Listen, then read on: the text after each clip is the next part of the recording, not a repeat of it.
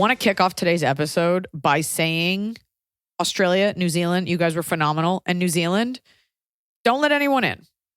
Stay pure. Just keep everyone out. I found out that if you spend $10 million on real estate there, they'll give you citizenship, which is fair. Contributing that much to a local economy should get you something. But if I had a country as gorgeous as yours, I would also be very protective over it. So keep them out. Let the right ones in. Keep them out. Keep everybody out. Don't let corporate greed and capitalism wreck your country. But they will. Any 10 millionaire can come in. Yeah, I don't know. Just be careful. I was there and I was like, I would move here. And I'm sure everybody thinks that. Every good thing you've heard about New Zealand is true. And I don't know any bad things you've heard because I think there's too many good things. Yeah, I don't think I've ever heard a bad thing. Yeah, it was, okay, you know what I'm going to say? Pineapple lumps are fine. What is that? It's just their candy.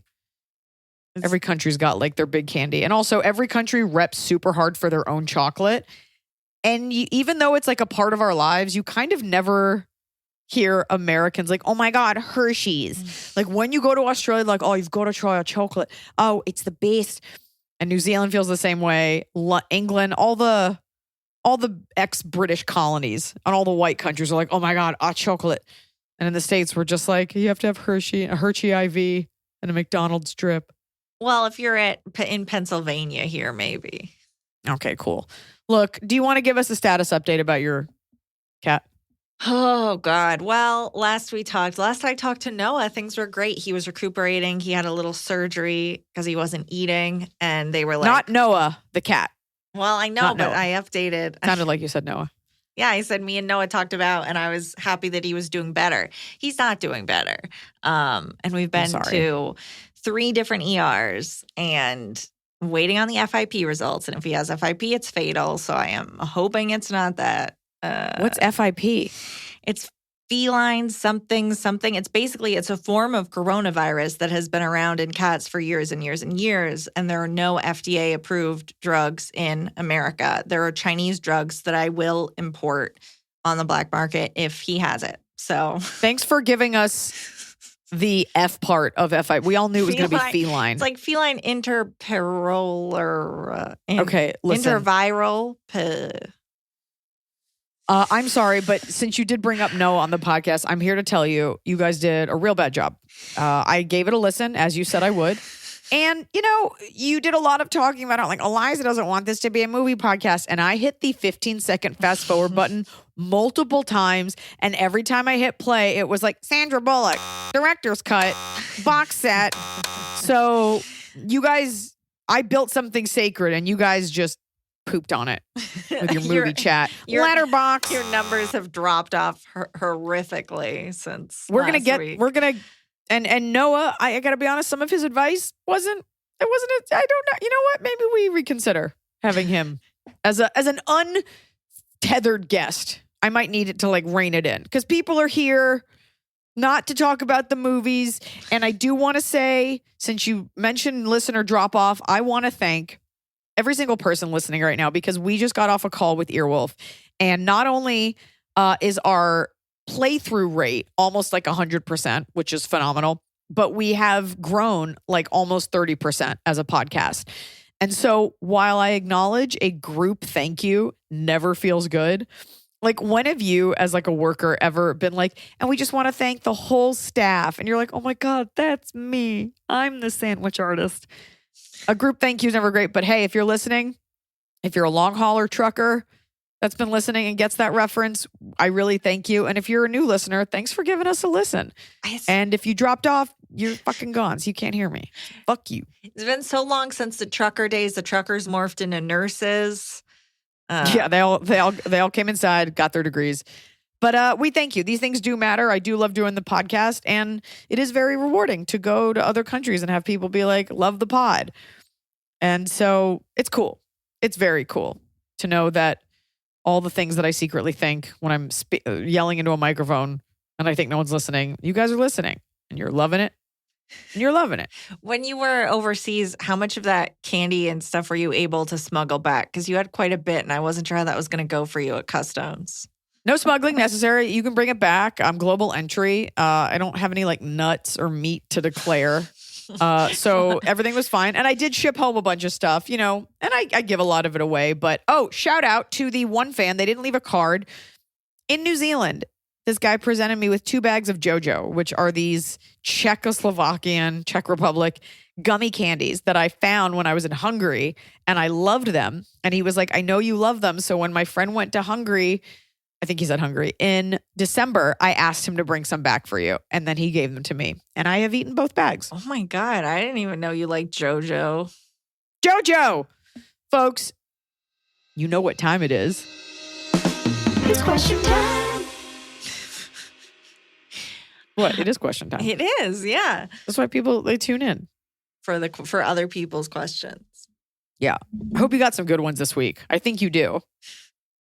No, I only brought bad questions because I'm trying to scare you off and just do this podcast with Noah. Remember, what was the term malicious compliance that you told me one time? We were talking about that Starbucks worker. I learned another term this week. I read a friend's email to a relative that she's like done with, and she used the term weaponized incompetence. Oh, yeah. Yep.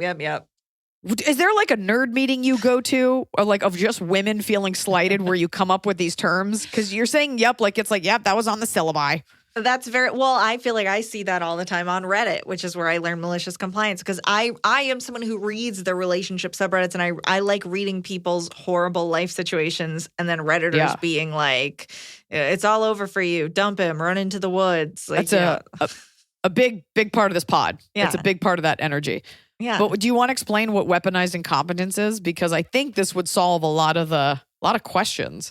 Well, the thing that I always think of for it is something that haunts me and makes me so mad is there's an episode of Everybody Loves Raymond where nobody will take the suitcases up the stairs.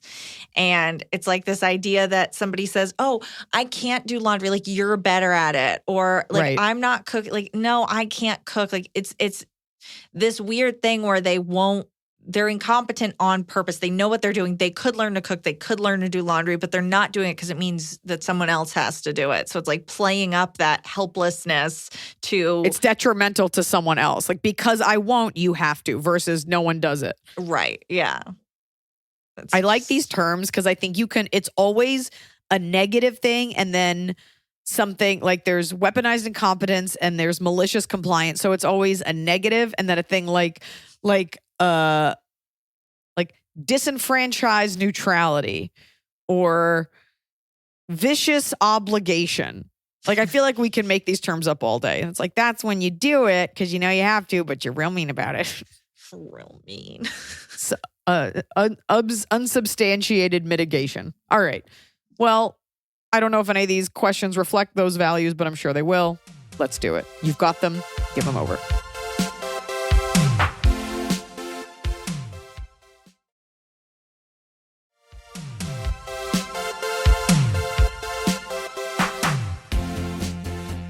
Okay, we're doing something we never do. We're going to let this person ask 2 questions because they say, I have 2 questions. And as a listener from day one, they need to pay extra. Never missing an episode. I'm hoping you will oblige, and we will. All right, that's fair. That's fair. Question 1. I have recently come out of a good on paper relationship. Ooh. Basically, the guy lied about loads of things for no reason. He was a, quote, pro surfer, an award-winning tattooist, and made, quote, great money with his job. Except none of it was true. He lied about a trip to the hospital in an attempt to get me to come home early from a dream trip to Namibia I was on. Don't worry, I didn't abandon my trip early. And after lying to me for ages and me believing everything he said, it turned into an Alice Darling situation. Now, I did not see that movie that I assume was also based on a book I didn't read, but... Is that Don't Worry, Darling? Alice Darling, which I think is the Anna Kendrick is like drowning in water. It might be about postpartum. I don't know. Luckily, I only wasted 6 months with this messed up loser. I can now see him and all his lies and problems clearly, but has messed with my faith in humanity and trusting others, especially myself. My question is, how did you get over your good on paper relationship and not think every dude was a lying sack of Kashi Golden Crunch output, aka poop? Yes, I now have a crap tattoo I have to have removed. Seriously, I'm an idiot. What was I thinking? Oh, she let this guy tattoo or this person. It still could be a dope tattoo and a reminder. I mean, tattoos are nothing if not reminders. Yeah, what do you do if you get a tattoo of your kid and it turns out your kid is a psychopath? Well, obviously, we've had a question like this before, and my answer is always like, you could try writing a movie. That's super cathartic. But I will tell you, movie aside, after it happened, I like took a knee. I allowed myself to be sad. I acknowledged that I was hurt, but I also made a decision that he was not going to get to impact my life any more than he had. And I decided that that was a freak thing. It wasn't going to happen again. And I was not going to pay that pain forward for myself or for others. Meaning I was not going to go through life thinking it would happen again because it couldn't. And any man that I dated of the two subsequently, not including Noah, who came way later, but I was going to be very honest. And I think that honesty like draws men in even more. I'm like, I don't want to be your girlfriend. Like, here's what happened. And both of those guys who I dated at the same time without telling them were, just kidding, sort of, very understanding. I think that there is some grace in being like, here's what I went through. This was super fucked up. I'm not ready to be in a relationship, but we can still mouth kiss and get lemon drops together. So it's about giving yourself that space, not rushing at anything, but also remembering that won't happen again. It's a freak thing. And just deciding they don't get any more power over your life. You wasted my time and you're not going to waste any of my mental energy, you know, because your sensors will be up. But don't think everyone's a liar because you'll know immediately. If it happens again, you're the problem. But that's my answer. I like deliberately made that choice. I was like, we're not going to think that in the future. Yeah. Do we need to explain what a good on paper situation is? I mean, there's a movie on Netflix called Good on Paper. And if you watch it, just know that I wrote it and starred in it. And it is a 99% true story. Yeah. The entire third act is not true. Right. Most of the end of the third act. We didn't kidnap anyone. I would definitely not be sitting here if we did that. You definitely wouldn't have written it into a movie if you did that. I didn't murder him, but if I did, here's how I would have done it. Right. Okay, so This glove question don't fit. 2. And this question asker is, in case it's relevant, 40-year-old, female, not a nurse, but have a degree and a great job, single, reside in the UK. All right.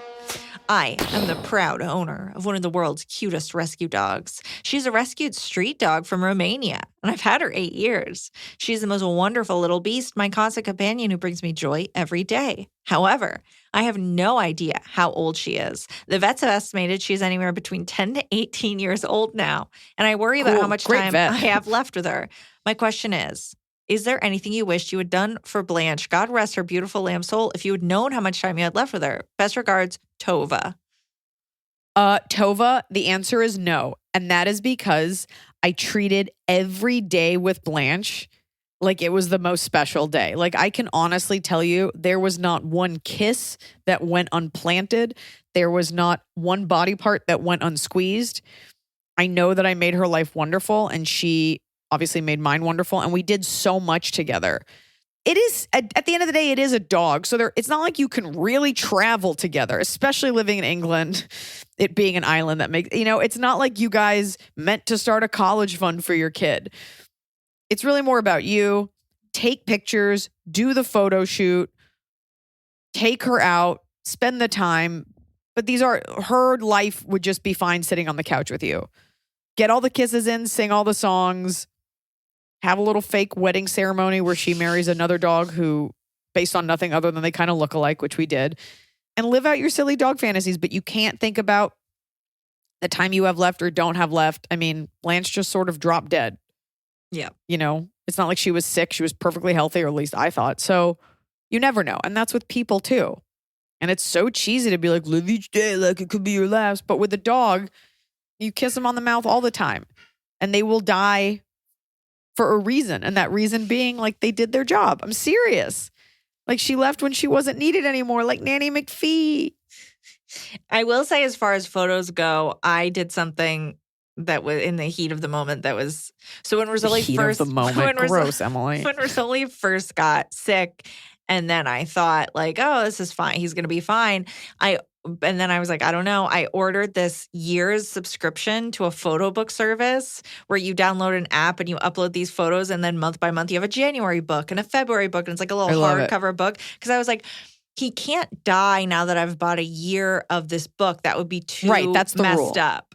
Of course. And then the first book came, and then he got sicker. So we'll see how that panned out for me. Yeah, no one ever dies It's not like you can't fill that book with other images of No. other people and or pets. No, it's just for Rizzoli Niles. So I have book number 1. I think just you don't have like physical photos of people that take cute photos. Like I think about the fact that all the baby photos I have of Gracie are so poorly taken because you're just kind of like you take a couple photos, but All right. It's enough. take photos. At some point, I know you love this cat. Do you regret naming him Rizzoli? Because you have to say Rizzoli every time. No, my only concern is, and like I need him to be okay, knock on wood. If something happens, then I only have one half and it's weird. And I've tied them together so thoroughly through their names. Okay. I can feel people Turning unsubscribing. off. That's the answer. No, I love the name. Kiss him on the mouth, do everything, share your dinner. The dog will leave when he's ready, and vets don't know. You'd think they'd be able to tell, like rings on a tree, like look at that old mouth, but they don't know, especially with rescue dogs. Also, the people you rescue the dog from always lie. They're like, it's a brand new baby. You're like, really? She's in a wheelchair. Yeah. So Wheelchair. only you can decide how fulfilled you are with your dog. And you know what? It could just be watching TV. Yeah. But that's all I got. John Fu's life is fulfilled if she sleeps in the closet. She loves it. Ugh, That's a big deal for her. Yeah, she has her little spots. Yeah. She's a little hermit.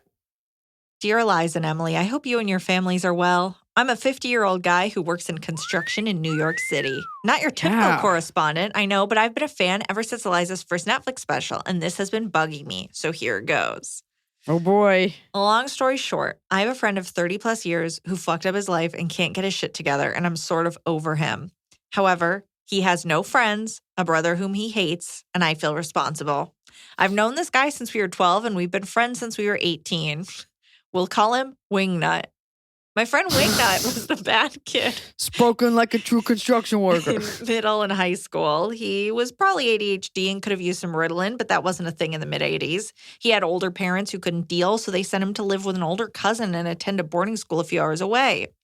Turns out the cousin molested my friend, who then ran away, followed the Grateful Dead for a while, and then returned home after getting arrested for dealing drugs at the show.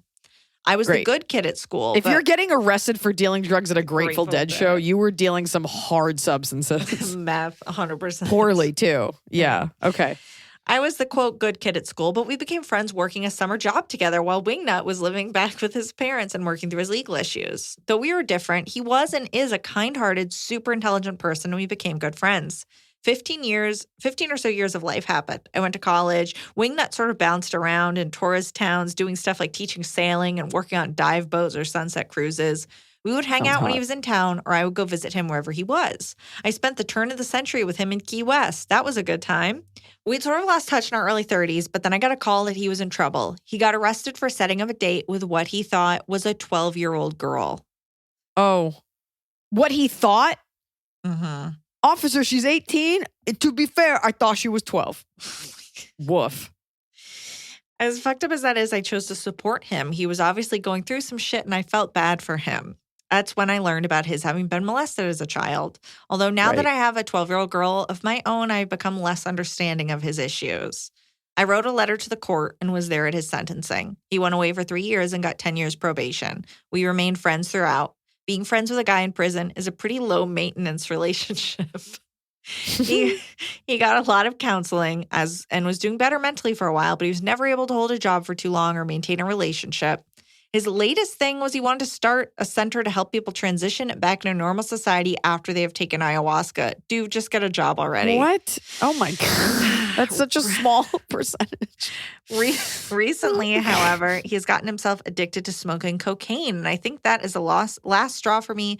Who the fuck starts doing coke at 51 years old? He says he's going to check himself into rehab, but it hasn't happened yet. I have a wife and kids and don't have the time to go intervene. I probably should, but I'm just sort of over it.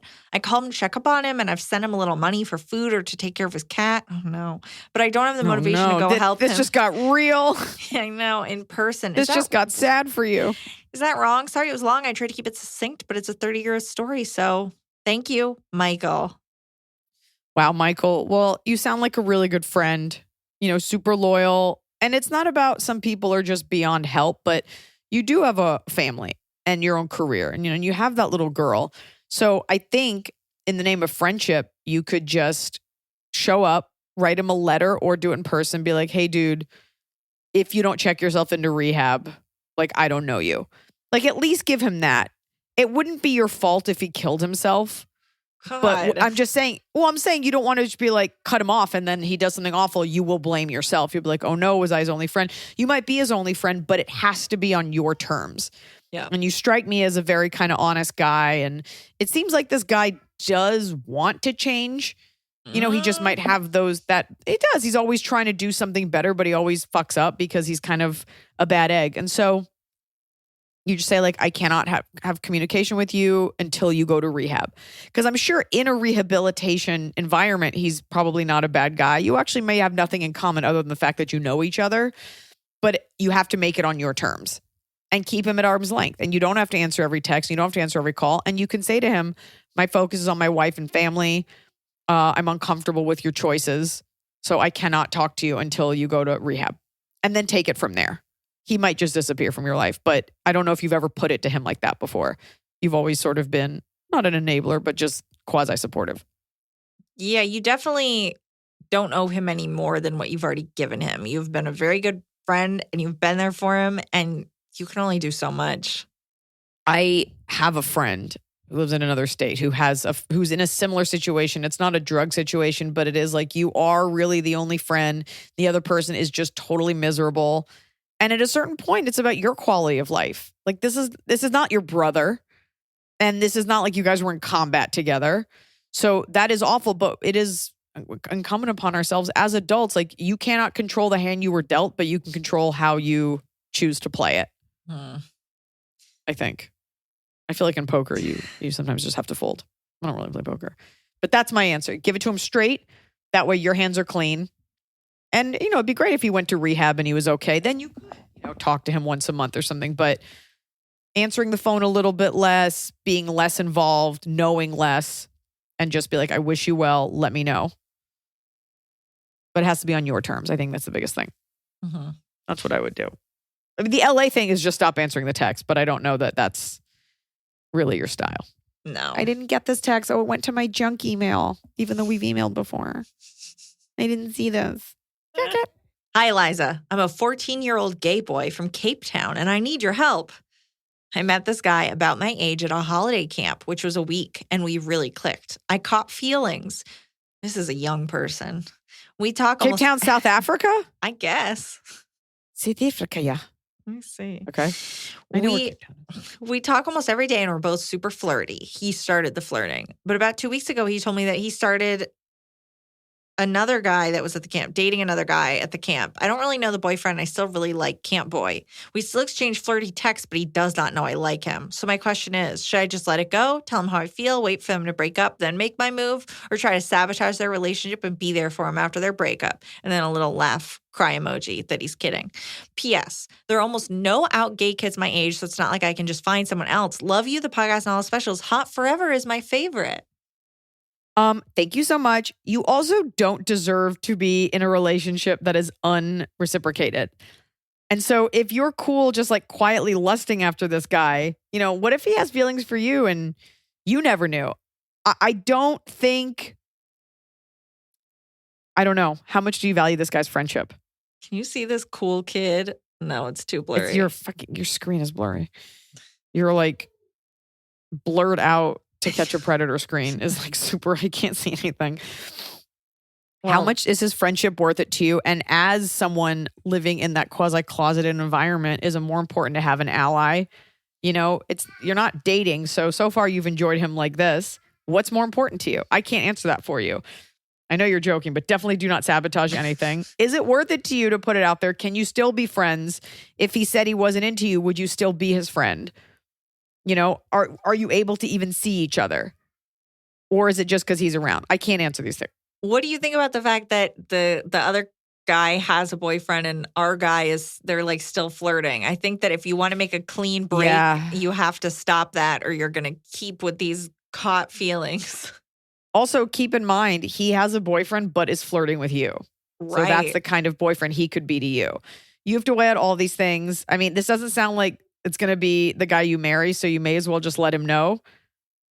As long as you're okay with him being like, sorry, I'm not into you. That was my South African accent. That is the hardest accent to do. But it sounds like this guy is just one step on your road to being whoever you're going to be. Right. It was exciting that you met someone else that you clicked with. Yeah. That that's really exciting. There will be He more knows. people like that. He knows, by the way. He's just kind of having his cake and eating it too. That's very possible. Ask yourself, what is it that you want? Yeah. I I can like only that. do a South African accent if I imitate my friend's parents, who I grew up with, because they're from South Africa. Was he Other than even that, okay. was he alive when your first special came out? If he's 14 now and his favorite is Hot Forever. Dude, I don't know. It's vintage. Vintage porn. Kick it. Hi, Iliza, Emily, and the rest of the crew. Female, 26. I have recently gone through a breakup of 3 years. Long story short, we were going in different directions. Since the breakup, we've decided to live together still because it's easier financially. My ex, male, 34, has been planning a vacation with his kids in March. They live out of state, so they were supposed to be staying with us, but then the breakup happened. We've decided that I will be keeping our current apartment and he will be moving out in April. While his kids are here, he has asked that I stay elsewhere. Ugh. My question, is it right of him to ask this of me? I get that we agreed to live together currently, but basically kicking me out of my house while his kids are here. I also understand that the price of staying in heavily populated areas can be expensive, but I don't want to leave and have to find a place to stay for a week with my cat. Much love to the pod. What? Whose name is on the lease? I feel like we get this a lot where it's like because of a financial situation, I'm in an even more uncomfortable domestic situation. And so, I mean, I get that this is something that a lot of people deal with, like I can't afford to live elsewhere. He's moving out and he's asked for a full week that you not be there. And if you're in that dire straits financially, is he going to help you pay for that? Do you get a week off of that month that you're paying for that? Is he going to help you find that? Is it a hotel? Is there somewhere you can go? I mean, and you were together for 3 years? Yeah, and it sounds like, okay, so she's keeping the apartment, but so when these kids are coming, she's supposed to stay somewhere else. It's like, well, he can pay for you to stay in a hotel then that's cat friendly. Like, that's insane. That's a lot. And also, like, is this a toxic breakup? Like, is it a huge deal if you're there? Is it weird that you're sleeping in the same room? It's tough because it seems like it's not like a toxic breakup, but clearly finances play a huge part in your life and you are constrained by that. So I don't think it's unfair that you ask him to pay for that or split it or something like that. Unless you've got something that you can go do for a week. You have a trip you're planning on taking. But that seems like an uncool situation. Also, man, is it right of him to ask you? I don't know. All's fair. Like, this is a messy breakup. You're dating a guy with 2 kids who lives out of state. And he's asking you to make way for his kids. Like, that is his responsibility. Those are his kids coming to visit, and he did not make the plans. I don't know what the details of the breakup were. I don't know if it's like you just broke up, but the kids were already coming. If there is any love there, maybe you guys can work something out. Maybe he can pay for half of it. But if you are keeping it, is he doing you a favor by letting you keep it? Like, who's helping the other one out? If he has all the money in the world and he's doing a favor, if he has no money and he's letting you keep it, and it's that hard to find another one, maybe help him out. Is there a version where you could stay, or you're just not there during the day, or something? So it's not about right or wrong as much as like, how much do you want to fuck the other person? Not literally, because you're breaking up. Right. Hi, Iliza. And by the way, you're broken up. So this like tit for tat about who's right, who's wrong. It's just like, how can we make this the easiest without any financial constraints and get out of this relationship at this point? Yeah. I mean, also, do the kids like you? Like, is it okay that you're there? Like, I'm fucking your dad and we're sleeping in separate bunks? Okay.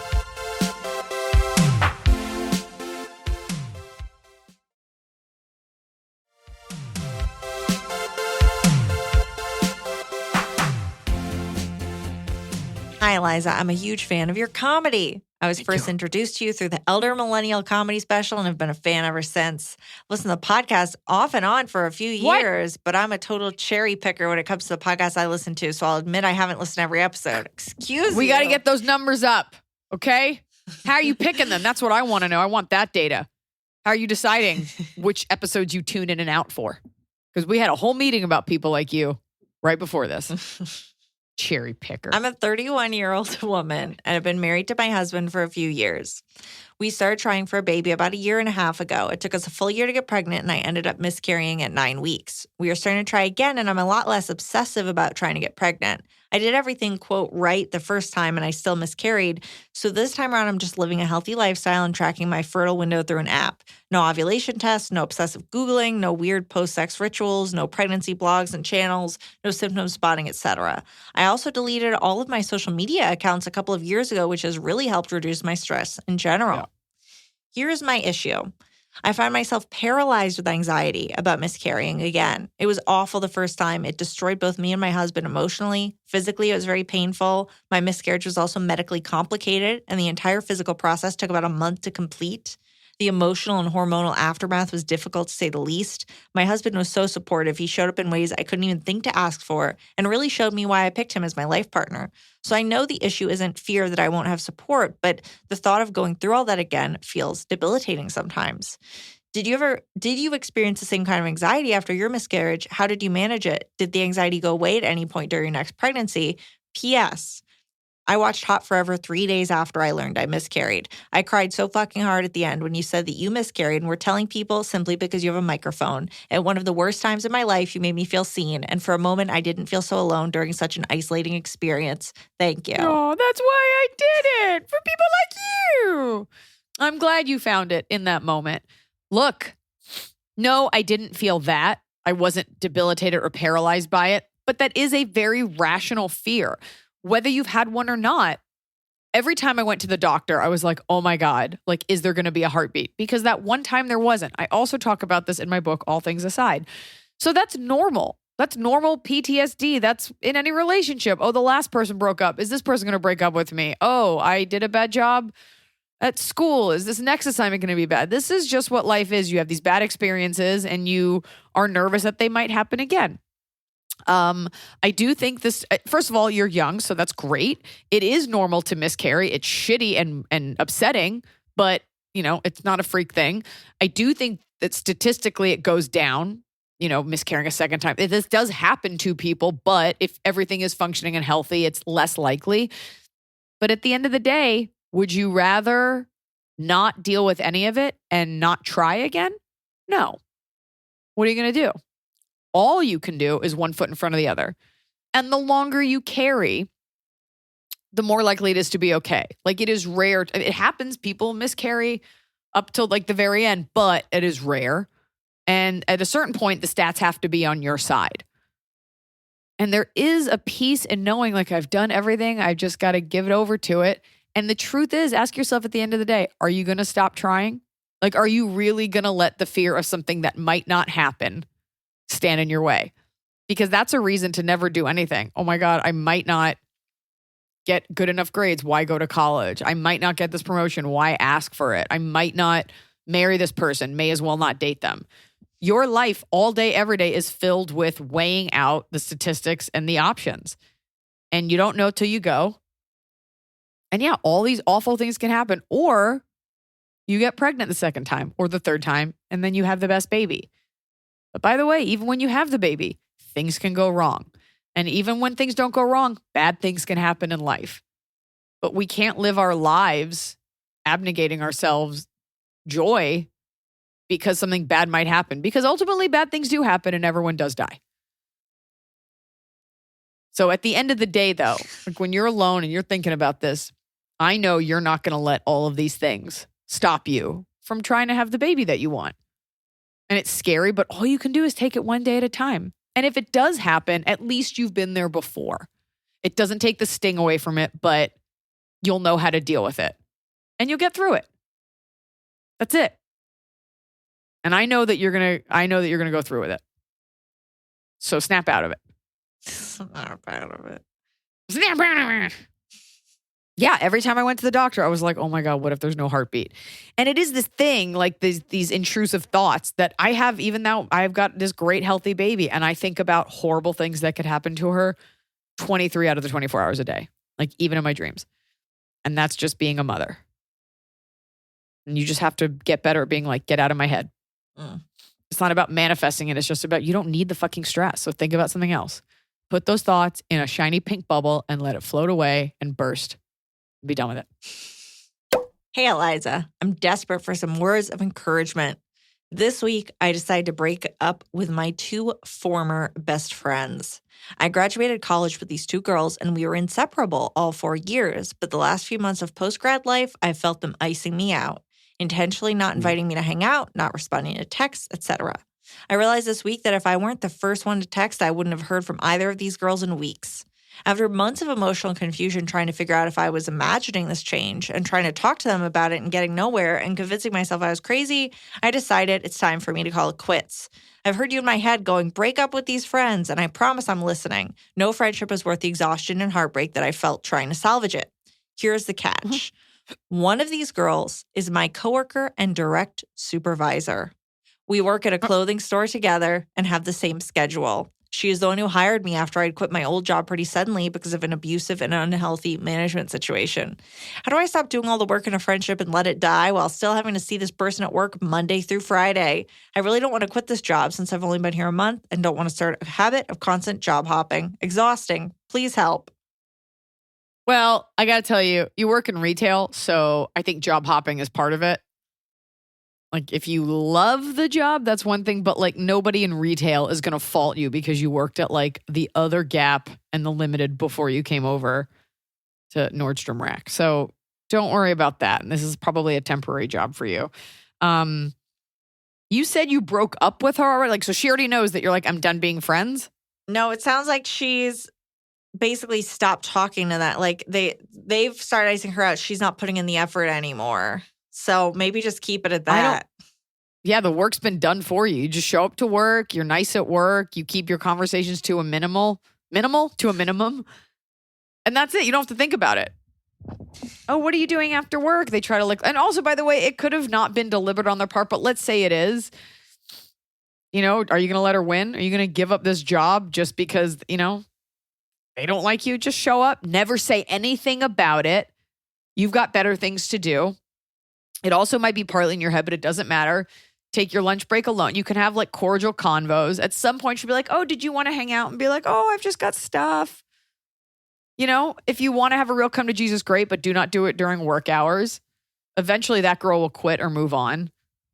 But also that job's not so sacred. You can get another job in retail. None of this will have mattered in a year. Yeah. But yeah, just keep it super, pretend you've already broken up. Treat them as if like they're losers you don't want to talk to. So just be like, hey, how are you? And leave it at that. Do your job, go home. It'll resolve itself. You don't have to worry about this. Right back to me in like 6 months. Hello, Iliza, Emily, and crew. Iliza, I was listening to your recent episode where you shared your last name is Polish. My last name is also Polish. Mikołajczyk. They've told me how to pronounce it. There's a J, a C, a Z, a Y, a K. I learned to spell it when I was 3 by singing the Mickey Mouse song. At work, I often have to spell my last name for the pharmacy, laboratory, etc. I'm used to the typical conversation that ensues shortly after. Wow, what is that, Russian? Or how do you even pronounce that? I'm never that bothered by it and often joke, you should have seen the back of my Letterman's jacket. Or if my boyfriend and I get married, I'm going to make him take my last name. When I was younger, I couldn't wait to get married to change my last name. Now, as a final Mikołajczyk in my immediate family, I'm leaning towards keeping this wonderful mouthful of a last name. My question, when did you decide that you were going to keep your last name after getting married? Did your successful career impact that decision? It's weird to think women are expected to throw away such a big part of our identities when getting married. Lots of love, Mel. P.S. I've seen you perform in Irvine and LA twice. One of those times you were doing stand-up out of the back of a pickup truck. That's right. Pandemic, baby. I've never been a fan of my last name. I take that back. I never really thought about my last name until I became an adult and people were just really annoying about it. Growing up, people always mispronounced it, but it was never like rude or pointed. And I think as an adult, having people make fun or make a meal out of it in every interview, which only lets me know that you didn't do your job as an interviewer and certainly didn't ask me off camera how to say it. And also people thinking like, I guess because I'm white, it's okay to make fun of it, which it definitely is not. that like somehow my feelings don't matter, or the fact that it's like a Jewish last name, like it's okay to mispronounce it deliberately or to make a joke, is always difficult. I would have loved, I don't consider it a part of my identity. I consider it sort of a burdensome part of my existence. And if I had married someone with a more forgiving last name, I would have changed my last name. However, I didn't. And I was already Iliza Schlesinger. So even if I had married someone whose last name was Smith, I probably would have been Smith on paper and just kept Schlesinger. It was just about what was easier. If it's a big part of your identity and you love it, then you don't have to give it up. I actually like the old worldness of taking someone's last name and melding the two families. I think hyphenated names are annoying, but hey, if that's your thing, great. If you want to keep yours, I think about my daughter, and there's always like a bit of a disconnect when the kid has the different name, but there are bigger things to deal with in life. So for me, it just sort of happened. I didn't have the chance to change it, and I didn't think that much about it. It's not like I come from this like, it's not like I'm a Kennedy and like the last name precedes me. So I didn't think about it as much. What's her question? Just how do you make the decision to keep it? That sounds like you kind of just fell into it. You weren't. Yeah, I just fell into it. His last name wasn't, I mean, Galutin is its own. It's fine. And you can pronounce it Gallatin if you want. But even with his last name, I still have to deal with Galutin. Are you gluten free? It's like, it's not even the same word. And that's cool because you think we've never heard that. People always make fun of Jewish last names or anything that isn't fucking Smith. So the good thing is it makes you more tolerant, and it makes me hyper respectful of other complicated last names. I think it makes you a better person to have a difficult long last name because it shows you how dumb people can be. By the way, if you mispronounce Schlesinger, that's okay. You're not supposed to be like brilliant with like Polish phonetics, but like making a whole thing of it is just, I have to like sit through what you think is so funny, which is a part of life and always painful. I mean, for a lot of I get Henry Higgins all the time. So it's, people have little things. People always think they're the first one to say something. Do you know, are you related to Dr. Laura? I'm like, no. But that's fair if you think it's, the other Schlesinger. There's a couple of other Schlesingers, but it's not spelled the same. And it's just it really comes down to having to endure answering the questions.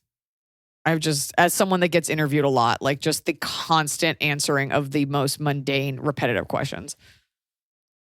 When did you know you were funny? Schlesinger? Am I saying it right? I'm an idiot. Top of the cob. So frustrating. Really? It's the top of the cob. We're doing it right every day. You just take a bite, top of the cob. Look, we would be a full hour, but this hour has taken us 90 plus minutes. So we gotta wrap it up. It is amazing. I packed my schedule so tight, and something got printed wrong on my schedule, and when I say fucked my day, I mean, we're talking taking Zoom calls while getting your hair colored, and the dog is barking, and the cleaners are here. There's a lot going on. My bottom of the cob continues to be Volvo. My car, again, is in the shop as we speak, because once again, I came home from another trip to find the car dead.